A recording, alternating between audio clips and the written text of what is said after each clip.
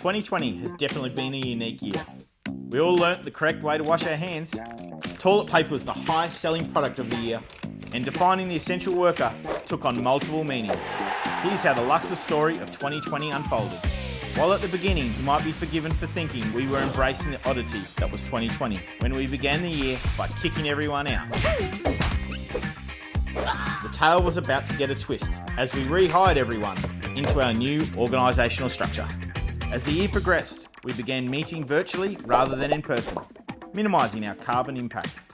With no one left at the office, I decided it was time to move our ever-growing team into a bigger office and warehouse space that included a special room for our superstar Tech Talk host to perfect his craft. We hired more team members, not only to assist Justin, but to do great things. And do great things, all the team did as sales went through the new fancy roof. And streamlining processes led to even greater achievements throughout the year. To show our appreciation, we sent gifts to all our distributors and shared a drink with the team. At LAUXES, we made 2020 as great as possible for our team and clientele. If we could turn water into wine this year, imagine what we'll be able to achieve in 2021.